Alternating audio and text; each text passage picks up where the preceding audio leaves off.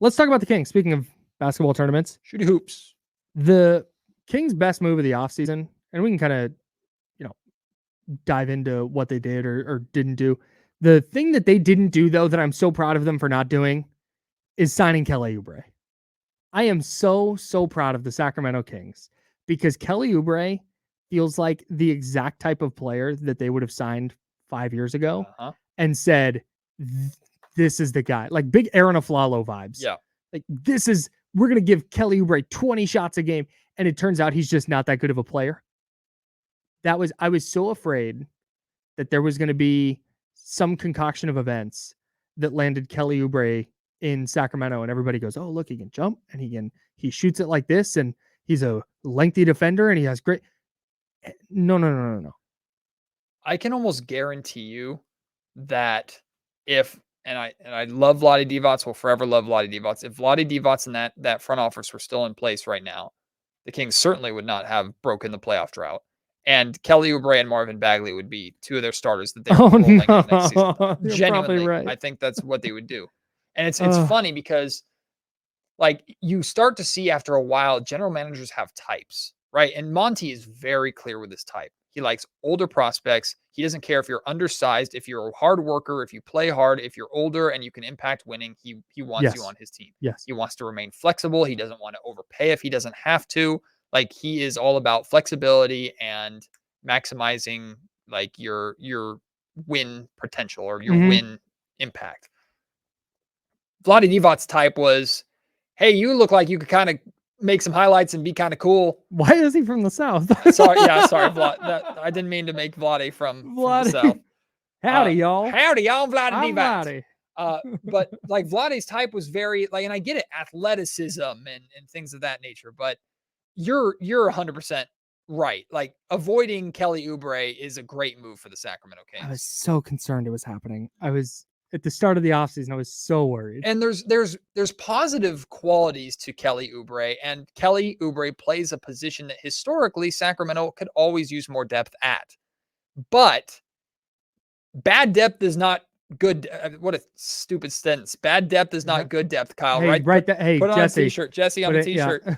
Bad depth is not good depth. Like Kelly Oubre, I'm very confident that Kelly Oubre probably would not play if the Kings had brought him here because I don't know if he would do what Mike Brown demands. And Mike won't play. And he knows that. Yeah. He's coached Kelly Oubre before. Yeah, that's true. And it was a disaster. That's true. That's true. Forgot about that. I think Mike Brown probably wants to forget about that. I believe you meant not all depth is good depth, is what you were trying to say. No, I stand by what I said. Bad depth is not good. You weren't wrong.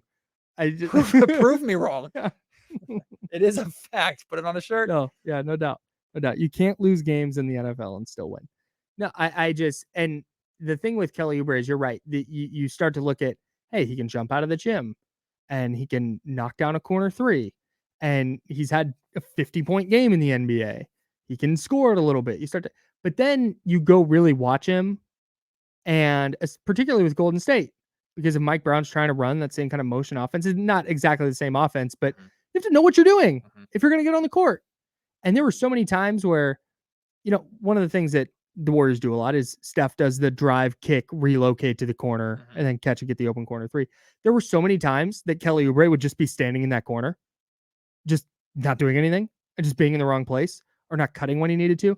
And it was going to be so frustrating to have to watch him again this year. Kelly strikes me as a guy that thrives in kind of a schoolyard sandbox, like broken offense, figure it out type thing. And I think a lot of people are going to look at, wow, he improved by 5 points per game last season or 2 seasons ago to last season. Yeah, but look at the team he played for, a Charlotte Hornets team that their legs were cut out underneath them when LaMelo Ball got hurt. Right. And all semblance of what that team was trying to do completely went out the window. That's where Kelly Oubre thrived. Yeah, that's not going to work in Sacramento, where even though it looks like it's fluid and it's fun, and yes, the Kings players do have freedom to make their own decisions, the way the Kings play basketball on the offensive end is very regimented. It's very specific. And while I think could Kelly Oubre, in theory, benefit from playing off of a dribble handoff from Domantas Sabonis? Yes, every player in the league could. That's how good Sabonis is. Sure. But is he going to do it better than any of the guys that are already on this roster? No. Right. Absolutely not. Right. And is he gonna know to take the dribble handoff? Yeah, like is he gonna be in the right place to even make that play? those are the questions. He's obviously, like I said, unbelievably very talented basketball player. It's just I don't think he was a great fit with the Kings. What do you think they would have done if Sasha Vezenkov hadn't come over?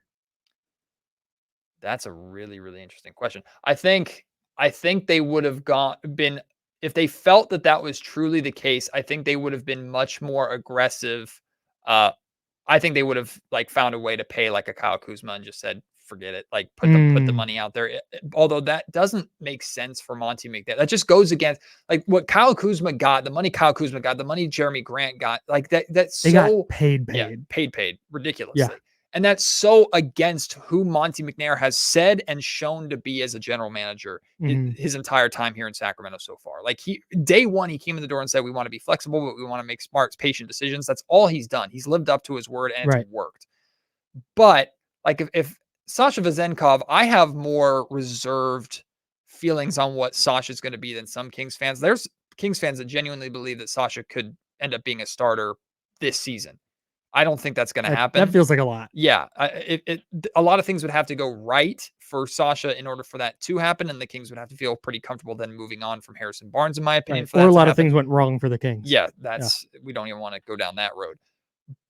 I think they either would have strongly considered an overpay kind of knee-jerk move for like a Kyle Kuzma, or I think they would have really explored the big man market more Mm, and tried to find a way to move Sabonis to the 4. mm, And I don't think it really would have worked yeah. because You have to have a very specific type of five yeah, to play next to you him. you have to have and even though even that is like in theory, Miles Turner should have worked with Sabonis in Indiana Yeah. because Miles Turner can space the floor and protect the rim, Right. but it didn't. Sure. What's better out there? Like I was for the idea of That's a like good Brooke point. Lopez. Like I like Right. the idea A of little Brooke 1 year Lopez deal. on Yeah. the but exactly it's a 1 year deal. And Monty McNair is clearly trying to build like this entire starting five is under contract for minimum the next 3 years together. I think Kevin Herter's contract is the shortest term of 3 years. Hmm. So clearly Monty's trying to build something that can develop into like everybody wants to follow the Golden State Warriors model, but in this case, like Monty's trying to build a dynasty. He's Hmm. trying to build a team to where the core can win multiple championships and you can interchange different pieces as they come and Sure. go. That's Sure. what he's trying to build here. Hmm. So that's why like the Harrison Barnes contract extension makes a ton of sense. Even if Harrison's not going to be the guy to win them that championship, to put him on the same timeline as everybody else contractually, it Yeah. makes sense. And that's what they're probably going to do with Monk next offseason. Do you think at some point they envision moving Harrison Barnes into maybe a smaller role or more of like a bench role? You would have to present me with a starter that is as reliable as Harrison Barnes is. And it's not Mm. just like because I did a podcast on this recently, actually. Like to me, I broke down what Locked I on think. Kings. Yeah, Locked on Kings. What constitutes a good season for Harrison Barnes? I think Harrison's scoring is going to go down. He averaged 16 points 2 seasons ago. He averaged 15 points last season. I think he's going to drop down to 14, 13 simply because he's going to be the fifth option in that Yeah, I starting think they lineup. need it too. Yeah. But if his shooting percentages remain the same, around that 47, 37, 84 is what I think he was at. Mhm. If that stays the same at a smaller volume, his rebounding goes up because it needs to go up. Everybody's rebound needs to go up. I Yeah. want that number to me minimum needs to be 5.5 next season. It was 4.5 last season. So Mhm. improve by a rebound a game. If you do that and are scoring 2 or 3 points less per game in the role as the fifth option, but still are playing 70 plus games, I think that's almost everything you could ask out of Harrison Barnes at that point. And that point, he's a starter Sure. on a Yeah. good team. Mhm. Like that is to me what Harrison Barnes is more than that's not a big ask for Harrison. And you're going to get those games where Harrison goes for 25. But my one pushback on that, and then we got to hit the break, is that's been the ask of Harrison Barnes since year one. Sure. It's like, can you do a little more?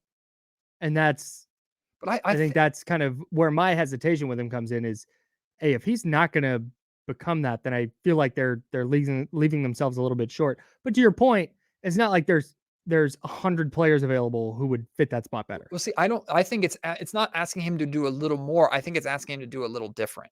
You're still going to get your Okay. looks, just not as many. You're not as needed as a scorer as you've been in years past. Mhm. So crash the boards. Sure. Grab a rebound or two more. Sure. And then on defensively, to me, it's he's not going to be a lockdown defender, but Be a leader on the Yeah, defensive end. yeah. Be a captain. Do the right If you things. can do that, Be in the right places. No doubt. there's not a No doubt. better option for the $18 million per year they're paying. Yeah.